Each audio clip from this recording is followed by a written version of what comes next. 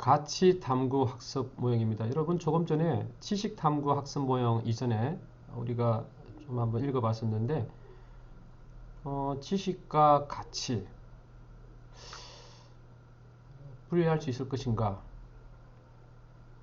아마도 지식이 가치가 있는 경우도 있고 지식 자체가 가치가 될 수도 있고요. 또 가치가 있어야 지식의 의미가 있겠죠. 근데 이제 여기서 말하는 이 가치는 조금 다르게 생각해 볼 필요가 있을 것 같아요. 우리가 흔히 말하는 그런 가치입니다, 여러분. 원래 이제 가치라 말은 한자어를 보면은 그냥 쉽게 말하면은 물건의 값이에요, 물건의 값. 원래는 아주 옛날에 그러지 않았겠습니까?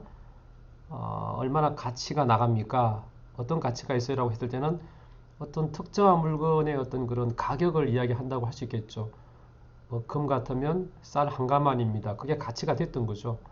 그런데 이제 이 가치라는 것이 시간이 지나면서 어떤 물질의 값만 매기는 것이 아니라 인간이 중요하니까 인간의 입장에서 어떤 대상을 바라보지 않겠습니까? 그러면 인간에게 이게 얼마나 쓸모가 있느냐. 그렇게 따지는 거죠. 그것도 이런 마찬가지입니다. 인간에게 쓸모가 있는 게 뭡니까, 여러분? 물 가치가 있죠. 그죠? 소금 가치가 있죠. 쌀 가치가 있죠. 돈 가치가 있죠. 집 가치가 있죠. 이런 물질적인 것도 가치가 있지만 물질적인 게 아니라 우리가 만질 수 없지만 볼 수 없지만 또 가치 있는 게 굉장히 많잖아요. 인간의 삶에서 정말 소중한 쓸모가 되는 거죠. 그게 뭐 국어 능력이 될 수도 있고 능력, 그죠? 창의성 같은 것도 있고 그다음 남을 배려하는 마음들 이거 우리는 가치가 있다고 보는 거잖아요. 이건 뭐 돈으로 매길 수가 없죠, 사실은. 그래도 가치가 있다고 본단 말이에요. 그래서 철학자들이 연구 많이 하지 않았습니까? 가치 있는 게 뭐지라고 연구하는 거죠. 결국은 가치라는 것은 인간의 어떤 욕구, 욕망과 관련되어 있지 않겠습니까? 인간의 삶의 목적, 목표하고도 관계가 있을 거예요. 그렇죠? 나는 그런 삶을 살겠다. 그게 참 복잡한 문제인 거죠. 그래서 여기 있는 이 가치는 지식 탐구 학습 모형하고 달리 여기서는 그렇게 규정을 한 것 같아요. 언어에 내재된 가치라고 했었는데 뭐 언어에 내재되어 있다. 아마도 이 내재됐다는 이 말은 언어에 내재되어 있는 말이라기보다는 사회 속에 공유되어 있는 가치라고 봐야 될 것 같아요. 사회 속에서 공유된. 그러니까 나 혼자 알고 있는 가치가 아니라 오래전에 전통적으로 내려오던 가치들. 아무리 문자가 적혀 있더라도 그 문자의 내용을 해석할 수 있는 어떤 그런 사람들, 흔히 말하는 리트러시가 없게 되면 그걸 가치를 우리가 판별할 수가 없어요. 분별할 수가 없죠. 지금도 아마도 우리 세상에 밝혀지지 않은 이미 세상에 문서는 있지만 우리에게 공유되지 못한 가치들이 굉장히 많을 거예요. 그렇지 않겠습니까? 그래서 이제 그런 가치를 이제 탐구하는 거죠. 학생이 스스로 나에게 쓸모 있는 어떤 그런 것들이죠. 도덕과에서 말하는 그런 가치 탐구하고도 관련이 있는데 이게 뭐라고 되어 있냐면은 도덕과에서는 바람직한 가치를 발견하거나 내면하는 데 초점을 둔다 그러면은 국어과에서는 다양한 가치를 발견하고 이를 비판적으로 수용하는 데 초점을 둔다. 사실은 뭐 제가 그냥 알고 있기로도 도덕과에서도 왜 비판적으로 수용하지 않겠어요. 그죠? 네, 비판성이라 말은 우리 국어과에서만 쓰는 말은 아닌데 이건 이제 강조하기 위해서 이런 용어를 썼다고 보여집니다. 그래서 여기 나와 있는 것처럼 중요한 거는 뭐냐면 세상에는 아주 많은 가치가 있지 않겠습니까? 그죠? 지금까지 얼마나 많은 사람들이 가치를 만들기 위해서 노력했겠습니까? 그래서 예를 들어서 유튜브를 예를 들면 수없이 많은 사람이 이것은 가치 있다고 주장합니다. 그렇죠, 여러분? 그럼 여러분 어떻게 됩니까?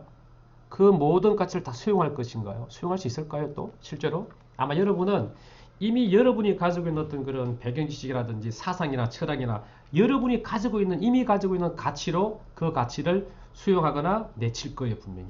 그게 바로 여러분의 가치예요. 그럼 여러분의 가치는 수정이 안 됩니까?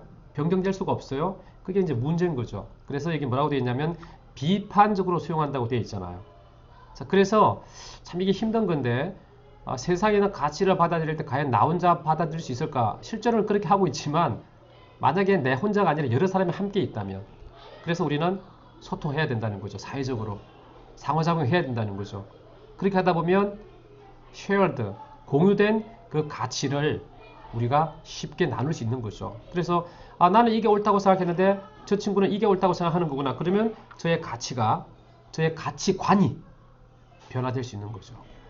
그래서 이 가치 탐구 학습 모형은 상당히 의미가 있는 그런 어떤 모형이고 자신의 관점으로 바라보지만 결국은 비판적으로 수용하는 게 중요하다. 비판을 여러분 있는 그대로 정확하게 파악한 다음에 옳고 그름을 판단해야 되는 것이고 가치를 판단해야 되는 거죠. 나한테 얼마나 쓸모가 있는가, 그렇지 않은가, 사회적으로 필요한가, 그렇지 않은가, 그런 부분들인 거죠. 그래서 이해도 해야 될 것이고 비판적 사고 능력을 기르는데 필요하다고 보는 겁니다.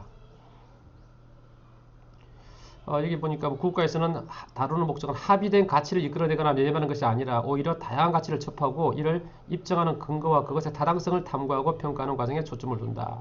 그래서 어떤 친구가 나는 이게 중요하다고 생각해라고 하면 왜 그게 중요한지 말하는 그 과정을 지켜보면서 자신도 그렇구나 인식하고 이해하고 나 또한 저런 가치로부터 관심을 좀 가져야 되겠다. 또는 내가 가지고 있는 가치에 대해서는 다른 친구가 다르게 생각할 수 있겠구나 반성하고 되돌아보는 거죠.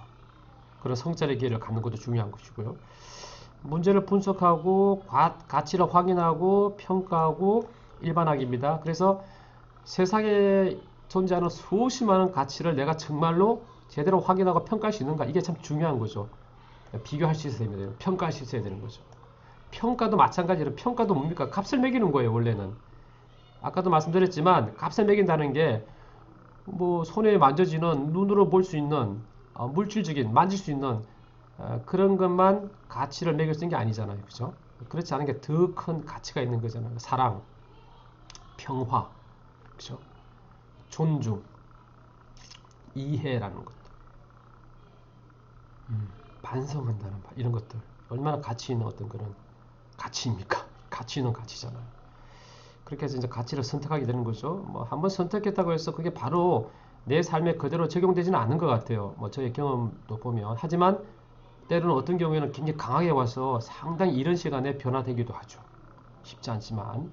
네. 그래서 일반화기도 있습니다. 가치에 적용하고 가치의 재평가, 이런 내용이 나오는 거죠.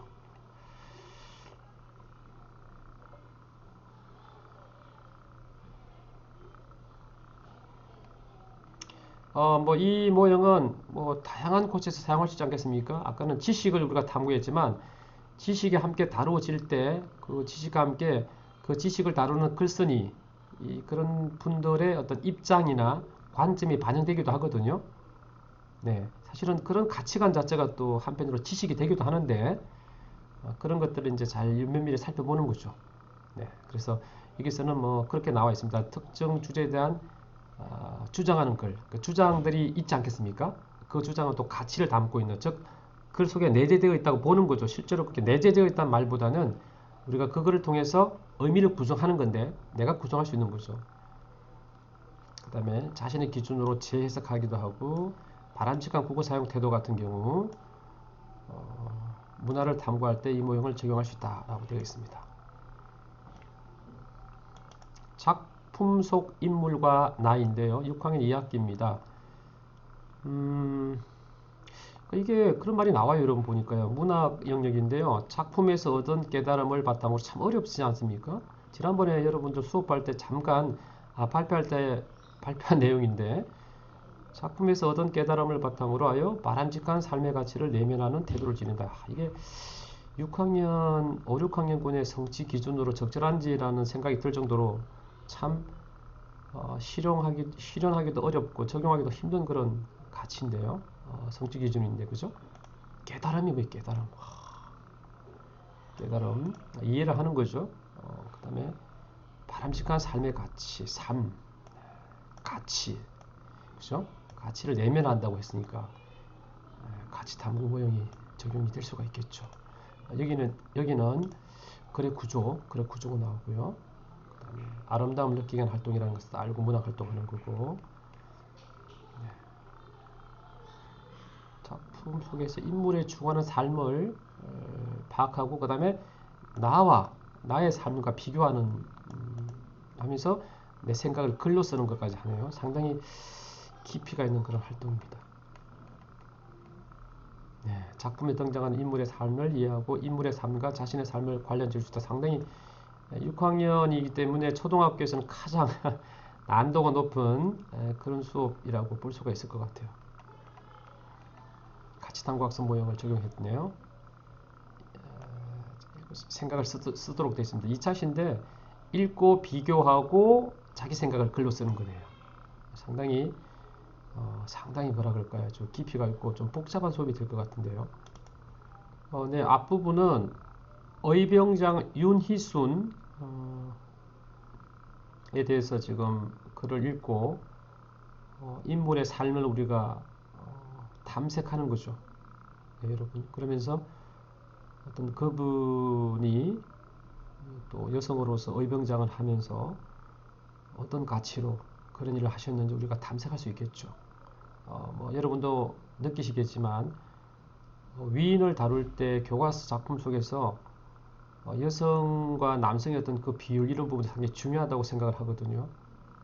근데 뭐 그 시대 상황이라든지 역사, 사회, 문화적인 그런 상황, 맥락들 때문에 또 여성의 작품들이 많이 또 남아있지 않은 경우가 많다 보니까 어려운 점은 있지만 계속해서 또 발굴해야 되고 사실 우리가 아직 알지 못하는 그런 위인들도 많이 있잖아요. 그죠? 그래서 그런 어떤 삶의 어떤 그런 가치 있는 삶, 그것과 또 나의 삶을 비교해보는 그런 활동을 하도록 했고, 하다가 이제 7, 8차시까지 옵니다. 김정희도 나오고, 주사 김정희도 나오고, 뭐 여러 인물들이 나오는데, 이번 이 내용은 지금 보니까 작품 읽는데요. 이모의 꿈꾸는 집이라는 등장인물이 나오는 것 같아요. 이거는 이제 이야기 작품인 것 같아요. 그죠? 앞에 작품과 좀 다르죠. 이거는 이제 사실을 근거로 한 위인과 이거는 좀 다른 그런 작품이라고 보여지는데, 이 작품에서 문제를 분석하고 가치를 확인하고 가치를 평가하는 일반화하는 이런 과정을 거친다는 거죠. 이게 무슨 말이냐면 우리가 실제로 살아가는 어떤 삶, 그 삶 속에서 가치도 느끼겠지만 문학 작품 속에서도 등장인물의 삶을 통해서 우리가 가치를 발견할 수 있는 거죠. 탐색할 수 있는 거죠.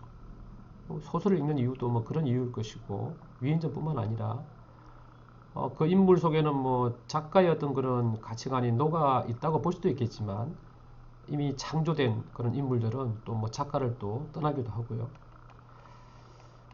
이모의 꿈꾸는 집, 정옥 작가의 어떤 그런 작품으로 보여지는데요.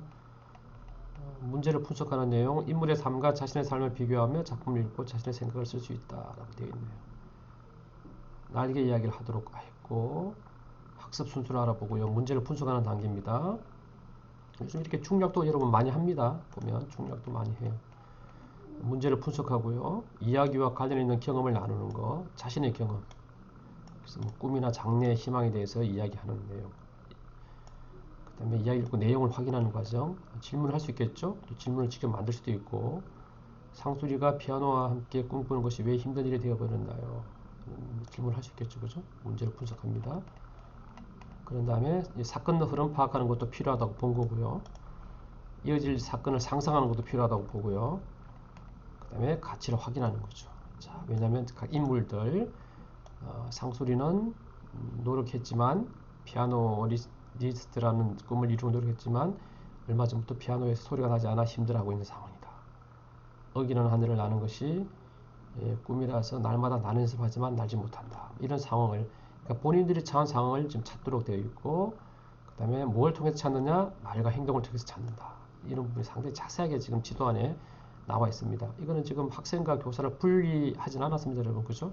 같이 하기는 과정이고 그런 다음에 이제 가치를 발견합니다. 여기 보니까 같이 이제 발견하기는 같이 확인하기 속에 지금 들어간다고 되어 있거든요. 이쪽이 아니라 그래서 어떤 게 있을까? 추구하는 삶을 파악하는 거죠. 네, 상소리는 성실하게 노력하는 삶. 이런 걸 이제 가치로 보는 거죠. 네. 성실하게 노력하는 삶을 추구한다. 성실하다. 노력한다. 성실, 노력. 희망이 중요하다. 도전한다. 이런 게 여러분 있잖아요. 이건 이제 가치로 보는 거죠. 즐거움. 그래서 뭐 이 가치는 여러분 뭐 이런 거 우리가 이전에 했던 것처럼 뭐 미, 아름다움, 뭐 미, 진선미 이런 것들이 있잖아요. 그죠? 도덕적이다. 이런 것들. 네. 그런 다음에 가치를 평가합니다. 자, 이게 가령 바람직한가? 이런 것들에 대해서. 그 다음에 비교하는 거죠. 나의 삶과. 뭐 이거 와닿는 부분 찾아내는 것도 있네요. 이것도 근데 중요한 거죠. 내 삶과 비교해 보는 거죠. 이모의 꿈꾸는 집의 인물이 추구하는 삶과 내 삶을 비교해서 이야기해 보자. 이렇게 되는 거죠. 그래서 나는 어기와 같은 상황이었다면 하늘을 나는 연습을 포기했을지도 모릅니다. 소리는 하늘을 잘만 나는데 나는 아무리 연습해도 되지 않으니 속상하고 힘들 것 같기 때문입니다. 예상해서 여러분 쓴 답들이에요. 그죠? 나중에 여러분들께서도 수업을 하시기 전에 이게 왜 이런 게 왜 중요하냐면 예상되는 학생의 반응을 실제 상황과 가장 유사하게 말씀을 하시면 여러분의 수업 시연을 보고 심사하시는 분들이 굉장히 기쁘게 보시지 않겠어요? 그런 게 중요한 거죠. 그래서 이런 질문 하나에 여러 가지 어떤 답들 언뜻 보면 말이 되지 않는다라는 생각을 할 수도 있겠지만 이 지도서를 구성하는 분 입장에서는 이게 최선의 답, 예시답인 거죠. 답이라고 생각해서 만들었기 때문에 여러분은 이 답을 그대로 보고 말하는 게 아니라 나도 이처럼 한 질문에 대해서 다양한 답을 구성할 수 있어야 되겠구나. 그렇게 생각하시는 게 또 필요하고 중요합니다. 가치를 평가하고요. 자, 그 다음에 다시 재평가를 하도록 되어 있고, 뭐 수정할 수 있으니까 다른 친구들하고. 그런 다음에 편지를 쓸 대상을 정합니다. 아까 뭐 보셨지만 학습 목표가 존재하잖아요. 그죠? 학습 목표가 존재하니까 일단 편지는 써야 되겠죠. 누구한테 쓸까? 우리 정한 사람이 생각해서 쓰거나 편지를 써보는 거죠. 그러면 여러분 생각, 그럼 여기도 예시답으로 편지가 들어가면 좋죠. 그렇죠. 사실은 여기도 예시답처럼 편지가 들어가면 좋죠. 네. 근데 이제 뭐 양이 많으니까 아마 빠뜨리는 걸로 보이는데 나중에 이제 발표도 시키지 않겠습니까? 여기서는 이제 같이 일반화인데 편지 쓰고 편지 쓴 내용을 지금 발표하지는 않는 것 같아요.